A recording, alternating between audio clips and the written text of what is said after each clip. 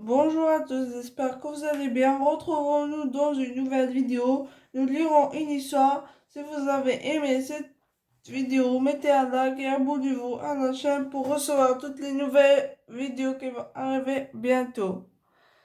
Naturellement que le roi a pensé aux sages du royaume,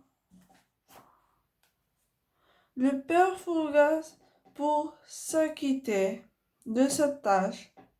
J'espère de tout cœur que le sage n'est pas dans le même état que nos parents et qu'il saura comment nous aider. On n'a personne d'autre sur qui compter. Arthur, je te promets qu'on va y arriver, avec ou sans l'aide du sage. Et je te rappelle qu'on n'a pas le choix. L'avenir du royaume repose sur nos épaules. Les voici devant la porte de la hutte. Ils se regardent et la boule au ventre frappe à la porte. Pas de réponse. La pression commence à envahir. Les deux amis et toquent à nouveau de toute leur force dans un élan de désespoir. Soudain, la poignée de la porte tourne lentement et le bois gémit. Ce bruit d'habitude c'est désagréable. Sent-elle une caresse à l'oreille tant ils sont soulagés. Excusez-moi les enfants. Je commence à devenir un peu sourde, leur dit tout naturellement le père Fougas d'une voix chaude, sa vue n'étant pas des plus aiguisées. Il ne reconnaît pas la princesse. Père Fougas, hurle Arthur en se retenant de sauter dans ses bras frêles. Père Fougas, nous sommes tellement heureux de vous trouver en si bonne forme.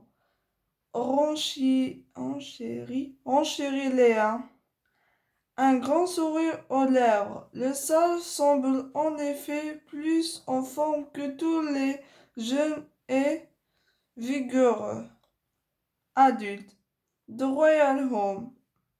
À presque 100 ans, le vieil homme porte toujours ses longues robes d'un blanc immaculé et ne sépare jamais de sa canne et ses lunettes, qu'il porte le plus souvent pendues à son cou par un cordon. Sa barbe et sa longue chevelure ivoire lui donnant un air de druide mystérieux. Certes, il a été marqué par le temps qui passe, les rides se disputent la place sur son visage, mais le sage a une santé de fer, et pour causer, il ne s'alimente que de produits issus de son potager, dont il prend plaisir à s'occuper. Il va chercher son lot tous les jours dans l'une des sources du port pluvieux. Il se rend régulièrement dans le rue le plus proche pour s'approvisionner en miel, propolis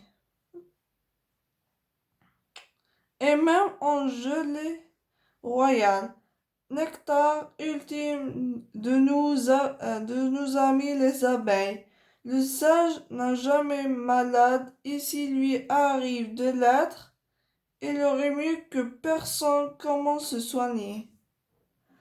J'espère que nous avons fini de lire cette histoire. Si vous avez aimé cette histoire, mettez un like, abonnez-vous à la chaîne pour recevoir toutes les nouvelles vidéos qui vont arriver bientôt et activez la cloche pour recevoir toutes les notifications de nos vidéos. Au revoir.